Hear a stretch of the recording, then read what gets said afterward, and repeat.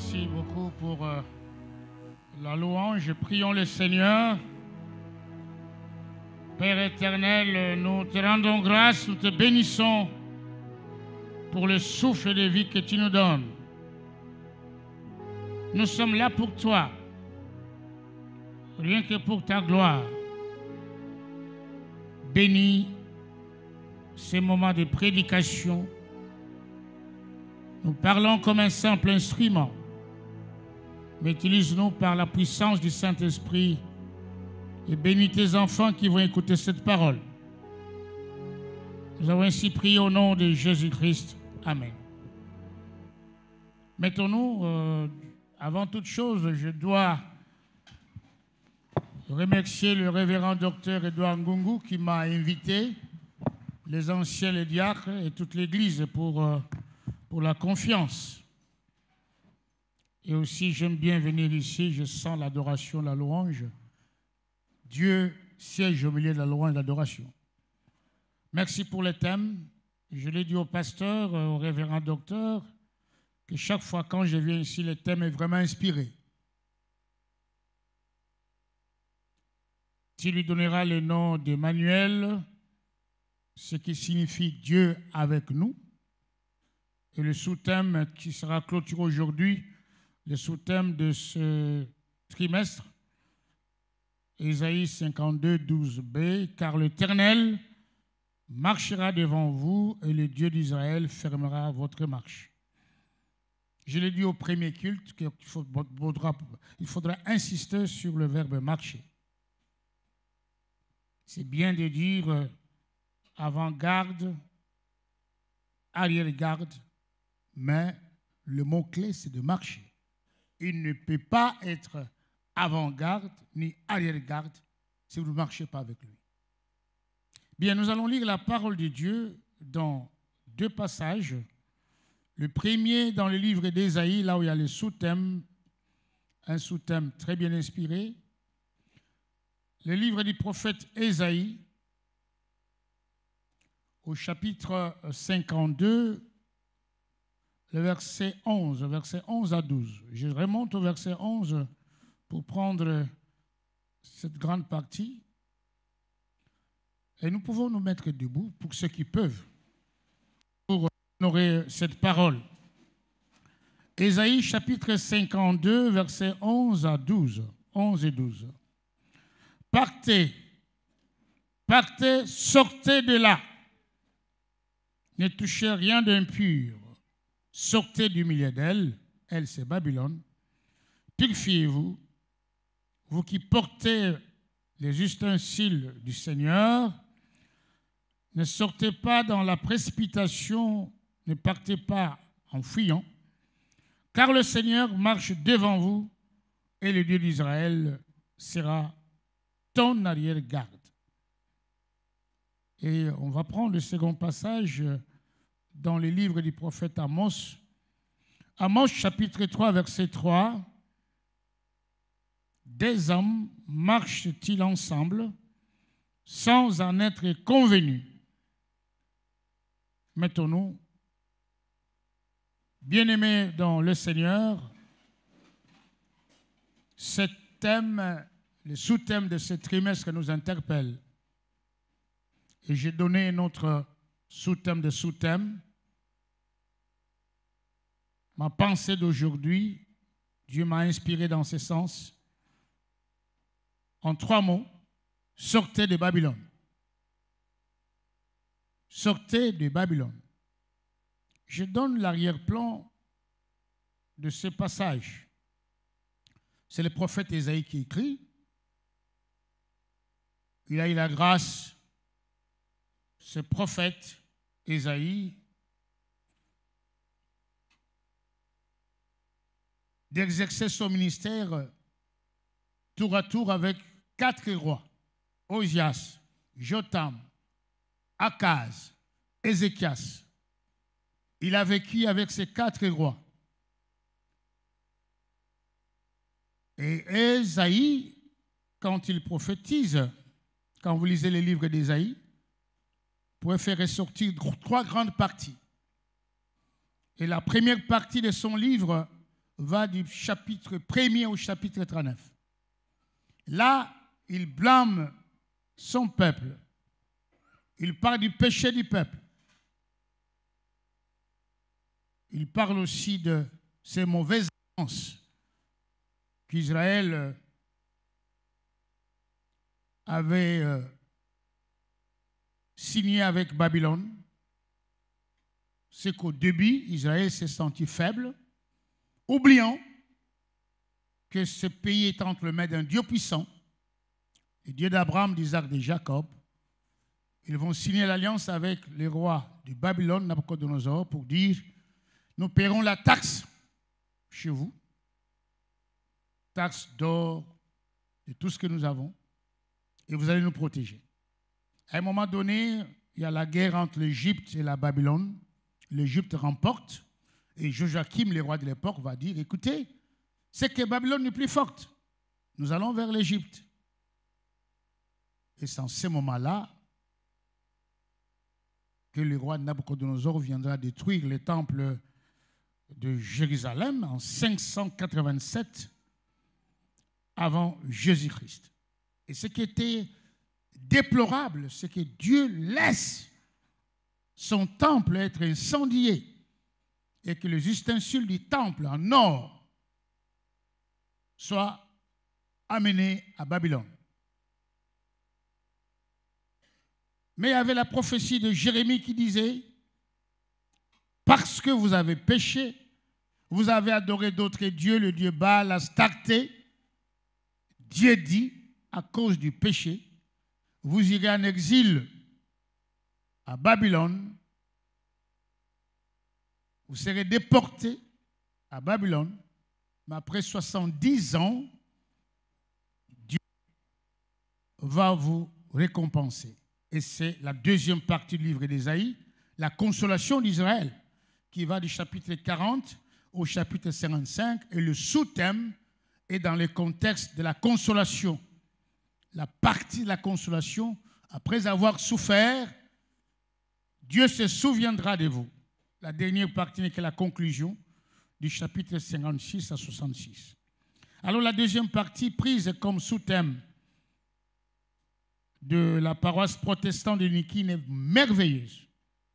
C'est le moment de consolation où le prophète Ésaïe annonce au peuple une bonne nouvelle.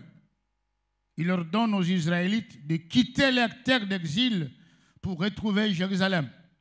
Et l'exil n'était pas bon, même si Jérémie avait dit: c'est là que vous allez vous marier, construire des maisons, avoir des champs. L'exil reste l'exil. La terre sainte, c'était Jérusalem. D'ailleurs, eux-mêmes, quand ils étaient en exil à Babylone, quand vous voyez les psaumes 137, le verset 4, le vainqueur leur disait: au bord du fleuve de Babylone, chantez-nous les cantiques de votre Éternel. Il disait, il répondait: comment chanterions-nous le cantique de l'Éternel sur une terre étrangère? Mais heureusement, Ésaïe prophétise, il dit: vous sortez. C'était le règne de Cyrus qui vient dominer, le roi des Perses. La prophétie de Dieu s'accomplit après 70 ans. Et là, j'aime la Bible. C'est que la prophétie peut faire longtemps, mais elle finira par s'accomplir. Et il faut l'attendre avec foi, avec patience. 70 ans, il y a des jeunes gens qui étaient nés à Babylone. C'est pour cela d'ailleurs, pour le retour, ceux qui étaient nés à Babylone ne voulaient pas revenir à Jérusalem. C'était 5%, à peu près 50 000 personnes. Mais le message le plus important est que maintenant, quand vous quittez Babylone pour la terre promise, vous ne sortirez pas comme c'était le cas en Égypte. Quand ils étaient esclaves en Égypte et que Moïse avait parlé à Pharaon de libérer les enfants d'Israël, en sortant vers la mer Rouge, c'était clair: fuyez, fuyez vite, ne traînez pas. Les ennemis vont vous pourchasser. Sortez avec la patte. Allez vite avec vos histoires, très vite. Ils couraient, ils fuyaient. Mais ici, Dieu dit: ne sortez pas dans la précipitation, soyez calmes, car personne ne va vous attaquer. Je serai l'avant-garde et l'arrière-garde dans la marche. Mais ce qui est très important pour aujourd'hui, en clôturant ce sous-thème, c'est les conditions que Dieu donne pour la marche.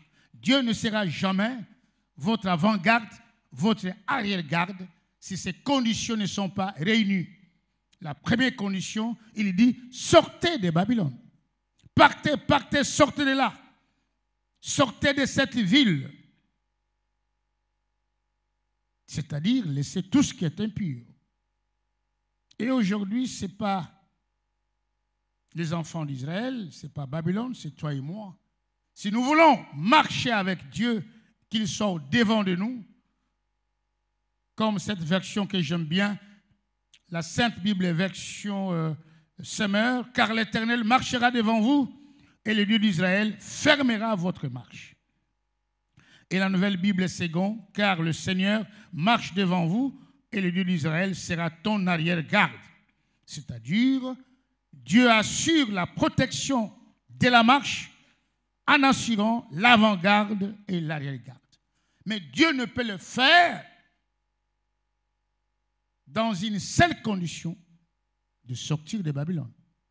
Il ne va pas vous protéger à Babylone. Il faut sortir de Babylone pour faire la marche avec lui vers la terre promise. Aujourd'hui, il y a des enfants de Dieu, des hommes de Dieu, apparemment, qui ne sont pas sortis de Babylone. Il est impossible que Dieu marche avec vous sans sortir de Babylone. Je vous promets que je ne suis pas venu aujourd'hui faire des proclamations, recevez, recevez, il n'y a rien à recevoir, mais vous donnez les stratégies pour que Dieu vous protège, pour que Dieu vous garde. Sortir de Babylone signifie sortir du péché. Alléluia. Oh, l'alléluia est très froid. Alléluia. Amen. Alléluia. Amen. Alléluia, l'église qui adore bien. Alléluia. Amen. Alléluia, l'église qui chante bien. Alléluia. Amen.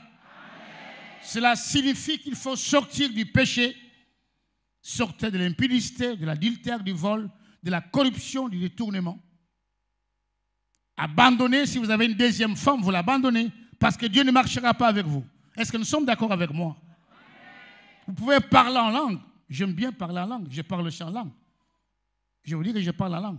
Et j'avais commencé à parler en langue pour la première fois il y a 40 ans en arrière. C'était à Kimwenza ici, lors d'un camp biblique de la Ligue pour la lecture de la Bible. Mais ce n'est pas le parler en langue qui sauve. Ce qui sauve, c'est de sortir. Tu peux parler en langue, mais impudique. Tu peux prêcher comme je prêche, mais sorcier. Alléluia. Je suis pasteur à la cathédrale, l'un des pasteurs. C'est une bonne paroisse, il y a des monseigneurs, mais je dis toujours, ce n'est pas le fait d'être monseigneur qu'on ira au ciel. Je suis docteur en théologie. Lui et moi, nous sommes un peu différents, mais la plupart des docteurs en théologie sont des païens. Je le dis, je le sais, je suis recteur d'université, je sais, je contrôle les choses. L'heure vient et eux, le déjà venu, où les vrais adorateurs adoreront le Père en esprit, en vérité. Dieu ne marche pas avec un impudique. Tu es dans la sorcellerie, Dieu ne marche pas avec toi. Tu voles de l'argent, Dieu ne marche pas avec toi. Tu triches, Dieu ne marche pas avec toi. Dieu marche avec ceux qui sont sortis de Babylone.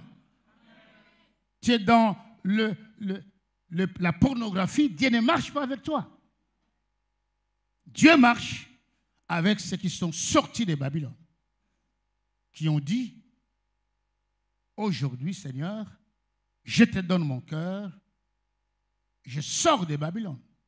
Babylone, c'est comme s'il y avait un grand intérêt. Je vous ai dit qu'il y avait des milliers des enfants d'Israël, mais 50 000 seulement sont sortis pour la terre sainte.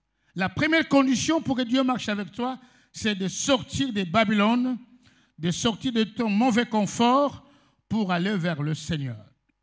Et la deuxième condition qu'il donne, Dieu dit, en sortant du milieu d'eux, séparez-vous d'eux, dit le Seigneur. La séparation d'avec le mal. Quand on dit sortez de Babylone, c'est-à-dire vous devez vous séparer avec le mal. Prendre une décision, ce n'est pas facile.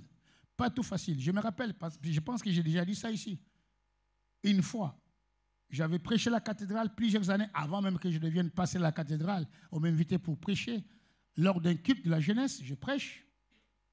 Un jeune me suit, j'étais logé à l'IPC. Passez un crime, passez un crime. Prenez le téléphone, vous l'appelez, dites-lui c'est fini. Il dit quoi? Celle qui me dérange. Je dis mais c'est toi qui l'appelles, c'est pas moi. Non, vous l'appelez, dites-lui c'est fini. Je dis mais comment je dois l'appeler? J'ai déjà dit ça ici une fois. C'est qu'en fait, vous dites, moi je ne suis pas là-dedans. Comment tu me mêles dans un péché collectif? Tu l'appelles. Il appelle, dit oui, écoutez, le passé qui m'a prêché, c'est fini. Il ferme le téléphone. Ça, c'est pas sortir. Alléluia. Quand tu sors, tu dis, même s'il y a de la graisse là-bas, je sors au nom de Jésus-Christ. Je te laisse aujourd'hui. Il n'y a pas de cochine, il n'y a pas de chéri, il n'y a pas de ceci. Fini, je pars. Je sors de la corruption. Je sors du mal. C'est ça, sortir. Aujourd'hui, nous sommes dans une mauvaise génération. Pierre l'a dit le jour de la Pentecôte. Sortez de cette mauvaise génération. Il y a la corruption, les détournements, le vol, l'impudicité, l'adultère, le mensonge. Vous n'avez pas l'idée. La surfacturation. Quel monde du péché? Quel monde du mal? L'heure vient, dit la Bible, et elle est déjà venue où les vrais adorateurs adoreront le Père en esprit et en vérité. Oh, votre amen est froid. Dans 2 Corinthiens, chapitre 6, verset 17, la Bible déclare, c'est pourquoi sortez du milieu d'eux, séparez-vous d'eux, dit le Seigneur. La séparation, c'est la consécration. Je suis toujours dans 2 Corinthiens, deuxième épître de Paul aux Corinthiens, chapitre 6, verset 17. La séparation d'avec le mal, ne vous mettez pas avec des incroyants sous un joug qui n'est pas celui du Seigneur. La lumière peut-elle être solidaire de ténèbres? Le Christ peut-il s'accorder avec le diable? C'est pratiquement impossible. Quel accord peut-il exister entre le temple de Dieu et les idoles? C'est pourquoi nous avons lu dans Amos chapitre 3 et le verset 3, deux hommes marchent-ils ensemble sans en être convenus? Comment feras-tu la marche avec Dieu dans les compromis? C'est pratiquement impossible parce qu'il est saint. Deux hommes marchent-ils ensemble sans en avoir convenu? Il y a des théologiens, des sociologues, des chrétiens qui disent que l'église du Congo aujourd'hui, la longueur peut avoir 1 kilomètre, je pense. 1 kilomètre. Mais la profondeur, c'est 1 centimètre. Vous comprenez ça? L'église d'Afrique, l'église du Congo, mais l'église du monde entier aujourd'hui, il n'y a pas seulement l'Afrique. La longueur, c'est 1 kilomètre. Beaucoup de gens, l'engouement, l'apparence. La profondeur, 1 centimètre. Nous avons besoin d'une église qui a une longueur d'1 kilomètre, mais la profondeur même de 100 kilomètres. Là, on sent que la parole de Dieu est prêchée et que les hommes et les femmes marchent dans la crainte de Dieu. Deuxième condition, quand vous sortez, la Bible dit ne touchez rien d'impur, purifiez-vous. Les exilés devaient ramener les ustensiles sacrés du culte que les Babyloniens avaient emportés. Vous savez, je vous ai dit que c'était incroyable. Nabucodonosor pouvait venir assiéger la ville de Jérusalem, d'accord. Déporter les gens, d'accord. Mais brûler le temple, prendre les ustensiles d'or, Dieu a permis cela à cause du péché. Comment Dieu a pu faire ça? Dieu a laissé les joyaux. À l'époque, même aujourd'hui, si vous voulez détruire Israël, les Adonai, Dieu, ne touchez pas à notre Dieu, ne touchez pas à notre terre, ne touchez pas au temple. Tout était détruit. Mais en sortant, Dieu dit, maintenant que vous sortez de Babylone, ne prenez pas les histoires des Babyloniens, ne prenez rien d'impur, mais récupérez les ustensiles d'or, retournez avec ça. Dieu dit, mais maintenant, attention, parce que vous sortez avec le bien volé par Nabucodonosor, ces ustensiles d'or, en sortant avec ça, ne vous mêlez pas avec autre chose. Quand vous marchez avec Dieu, il ne faut pas qu'il y ait un Dieu étranger. 1 Thessaloniciens chapitre 4, verset 3 à 5 déclare, ce que Dieu veut, c'est votre sanctification, c'est que vous vous absteniez de l'impudicité, de toute autre chose. La Bible parle dans Genèse, chapitre 17, verset 1 à 2 d'Abraham. Abraham était sorti de Chaldée, Our en Chaldée, c'est Babylone. Hein? Vous voyez même, la Bible est merveilleuse. Hein? Abraham était sorti de Babylone. Hein? L'Irak aujourd'hui. Our en Chaldée, Dieu dit, sors, va là où je t'amène. Tu aimes ton pays, tu aimes ton père, tu aimes tout, sors de là. Sors. Il était sorti. Mais à 99 ans, après avoir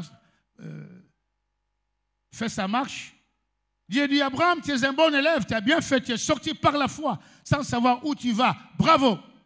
Mais maintenant, arrête-toi. On doit s'entendre. Tu dois faire alliance avec moi. Il avait 99 ans. Dieu dit, marche devant moi et sois intègre. Marche devant moi et sois intègre. C'est l'alliance. L'alliance entre toi et moi, c'est la marche dans l'intégrité, la marche dans la sanctification, parce que l'heure vient et est le déjà venu, où les vrais adorateurs, je le répète toujours, adoreront le Père en esprit et en vérité. Et il y a des conséquences importantes quand tu marches avec Dieu et quand tu marches dans la sanctification. Il dit avant-garde, arrière-garde, c'est-à-dire personne ne va te toucher. Personne on peut te voir, mais on ne te touchera jamais. Quel avantage de marcher avec Dieu? Dis Abraham, si tu marches devant moi et que tu t'intègres, ton nom ne sera plus Abraham. Abraham signifie le Père élevé. Mais ton nom sera Abraham, signifie le Père de la multitude. Je te donnerai une grande descendance. Celui qui te touchera la prunelle de mon œil. Tu seras béni et toutes les nations seront avec toi. Aujourd'hui, il y a la guerre. Hein, que nous n'acceptons pas. Nous avons besoin de la paix. À Gaza, les gens souffrent. Partout, Israël fait la guerre partout. Gaza.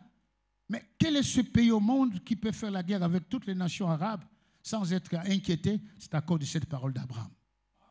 Oh, donnez-moi un bon amen. On n'encourage pas la guerre, le missile, les tueries, mais je prends un seul cas, Israël, c'est comme la colonne vertébrale. J'ai été en Israël 3 fois, c'est un petit pays. Mais Israël aujourd'hui peut bombarder Hamas, il peut bombarder Hezbollah au Liban, Hamas, il peut toucher l'Iran. Quelle force? Non, la force n'est pas Israël, la force c'est Dieu seul.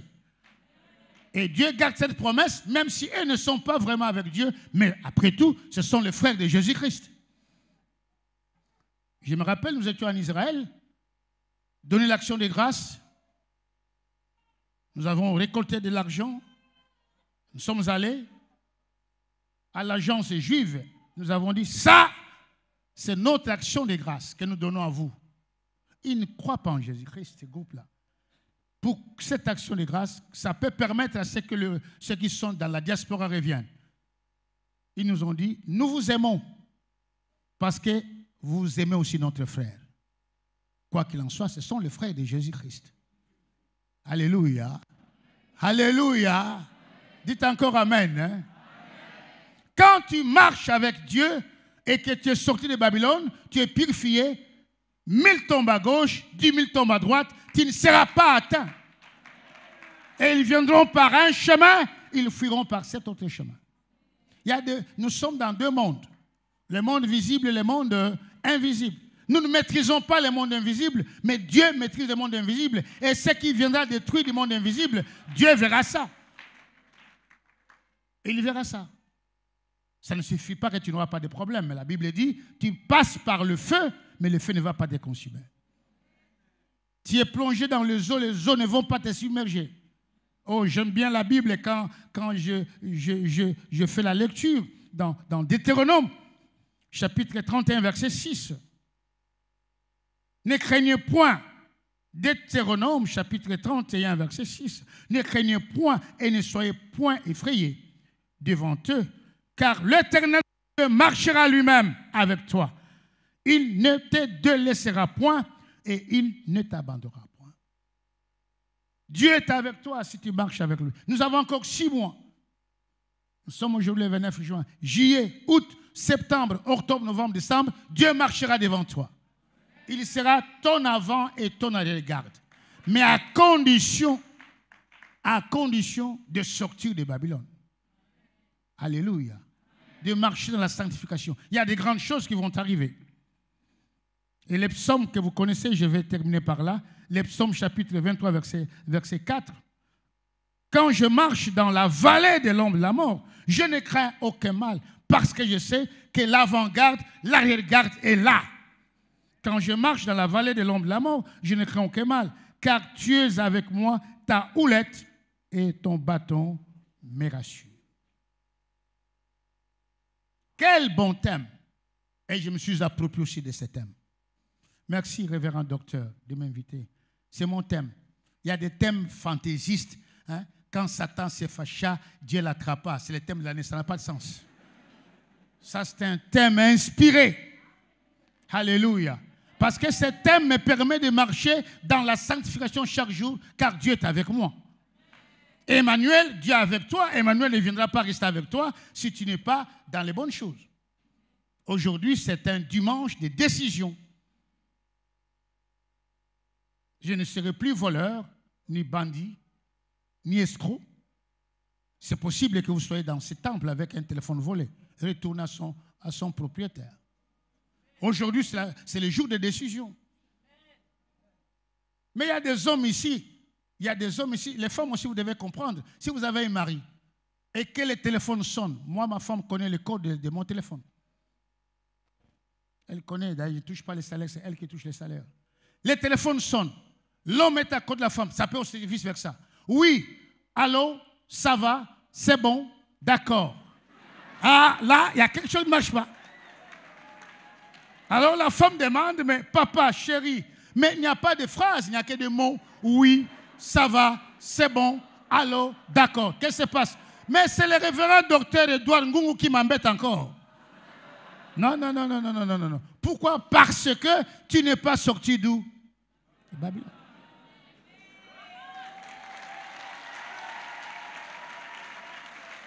Un homme sérieux ne peut pas aller compter l'argent dans la douche. Et la femme toque, fond la ko. Ah, zeranan. Oh, menga moi je n'ai zeranan. Mais zerat.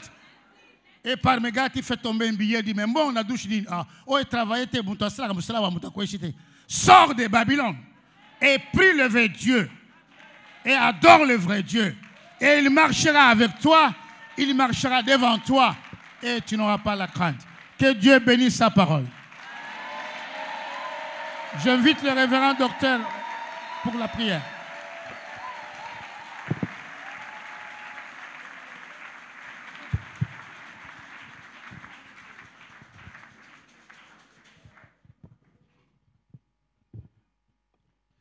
Nous allons prier, nous allons nous lever.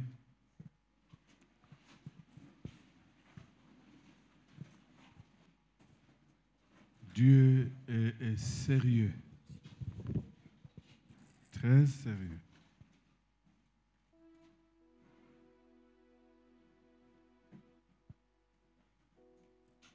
La Bible dit que deux hommes ne peuvent jamais marcher ensemble s'ils ne sont pas d'accord.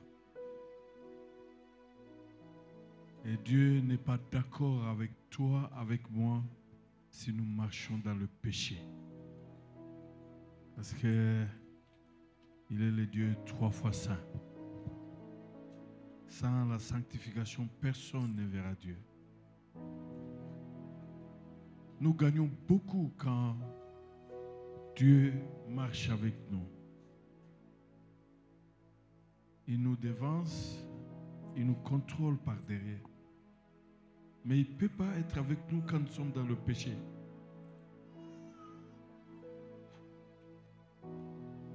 Il y a de ceux qui crient, qui chantent, qui dansent.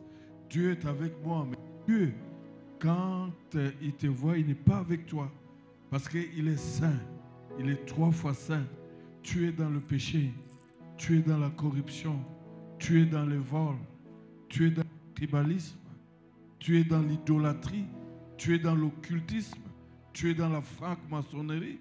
tu es dans toutes ces choses, mais tu es aussi dans l'église.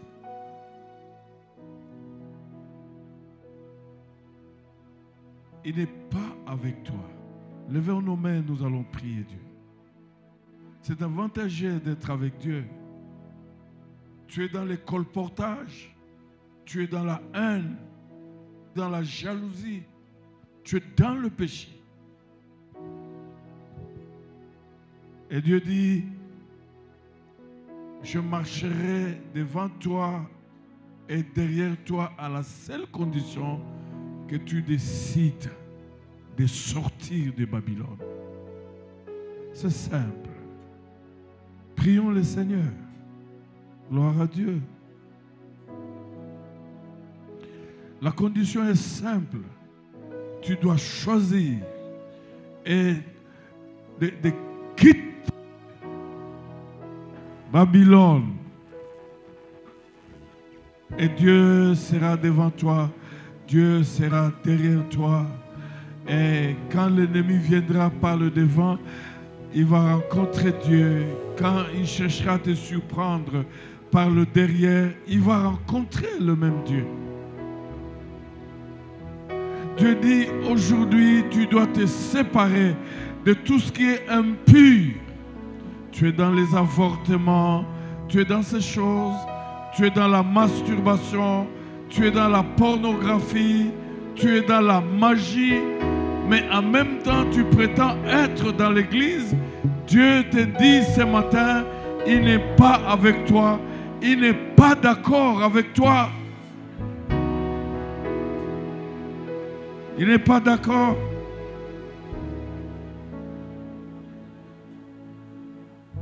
Il n'est pas d'accord. Mais il est le Dieu miséricordieux.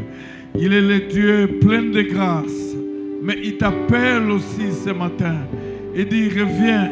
Comme ça, nous allons repartir ensemble avec toi. Quand Dieu est avec toi, quand il est devant et derrière toi, il t'éloigne des échecs, il t'éloigne des fêtes. Les choses sont bloquées dans ta vie parce que Dieu n'est pas avec toi. Tu es hypocrite.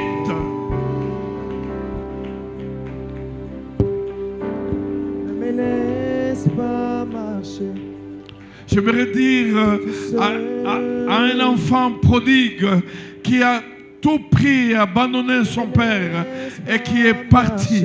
Mais un jour, il a pris conscience, il a pris la décision de retourner vers le Père. Le Père ne l'a pas condamné.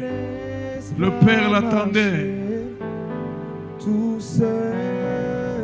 Et c'est le cas pour quelqu'un ce matin. Depuis tout ce temps où tu vis dans le péché, le Père ne te condamne pas, il t'attend. Si tu peux prendre la décision ce matin de retourner vers le Père, afin que vous puissiez marcher ensemble. Tu veux prendre la décision ce matin d'abandonner la corruption afin de rejoindre Dieu pour faire marche ensemble. Et alors il marchera devant toi et il marchera derrière toi et tu vaincras même le mal. Et cette promesse que 1000 tombent et 10 000 tombent, moi je ne serai jamais atteint, deviendra une réalité dans ta vie. Qu'ils viendront par un seul chemin et fuiront par ce chemin, deviendra le partage de ta vie chaque jour. Mais si Dieu n'est pas d'accord avec toi, parce que tu vis dans le péché, tu seras seul. Gloire à Dieu. Est-ce que tu es là? Nous voulons prier pour quelqu'un. Pour quelqu'un. Une personne qui décide. Il dit, je dois rejoindre Dieu. C'est de mon avantage. Je dois rejoindre Dieu. Est-ce que tu es là? Tu peux lever tes mains. On va prier. Je voulais prier pour une personne qui s'est battue contre le péché, mais qui ne s'est pas en sorti. On prêche, mais il se retrouve dans le même péché. Et c'est qu'il est séparé de Dieu.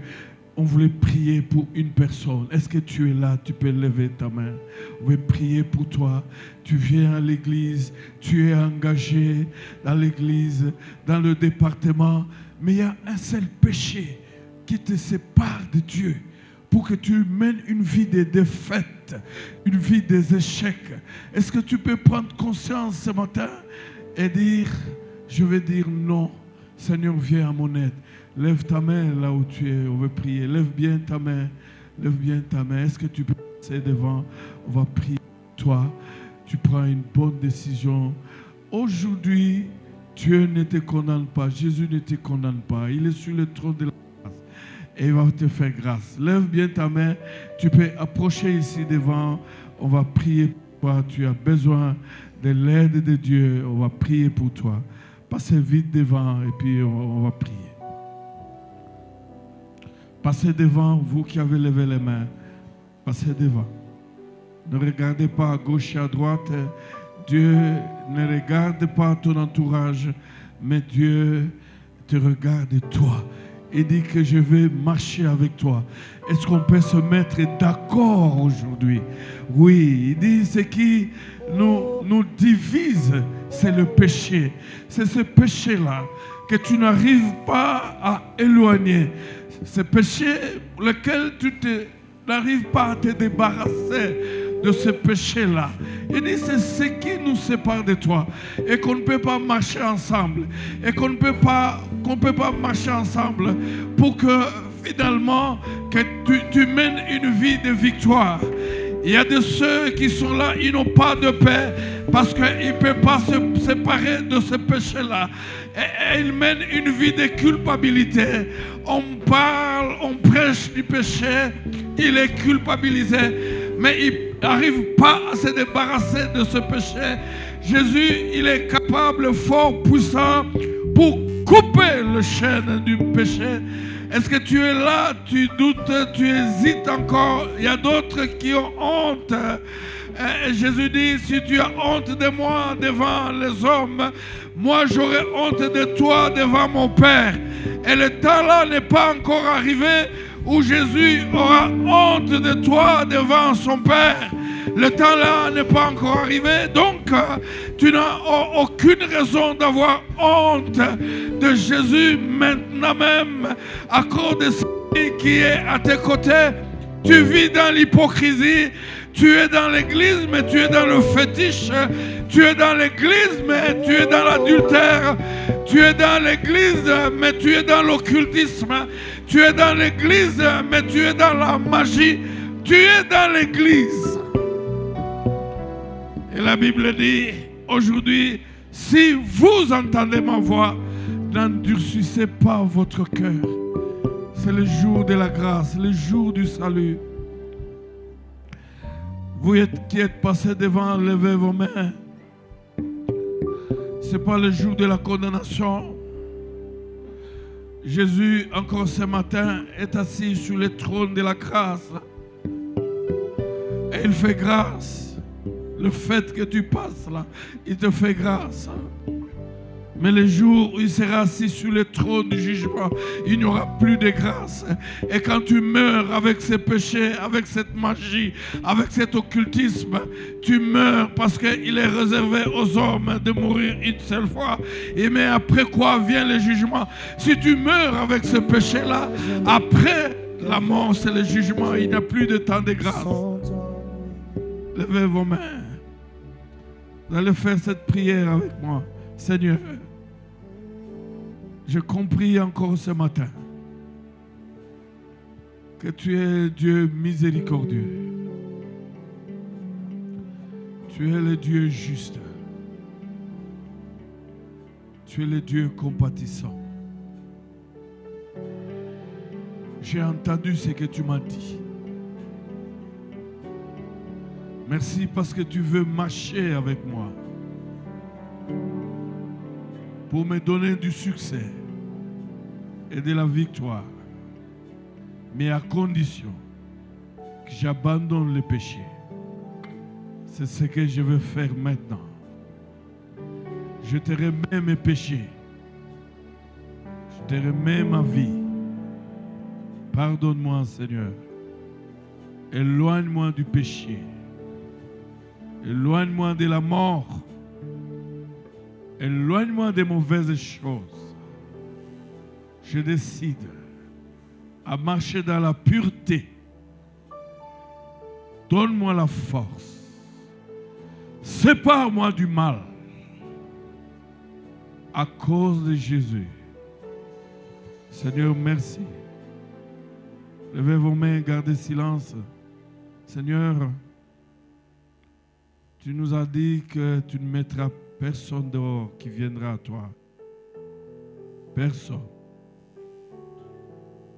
Et ils sont là. Accepte-les, Seigneur. Par la puissance du Saint-Esprit, sépare-les du mal. Afin que tu commences à marcher avec eux. Par le Saint-Esprit, donne-leur la force de marcher dans la sanctification en marchant sur le péché, en détruisant le péché. Qu'ils reçoivent la force de lutter contre le mal. Accompagne-les au nom puissant de Jésus. Nous demandons au reste de l'église de vous lever. On va prier. Pendant que nos amis qui sont devant sont en train de regagner leur place.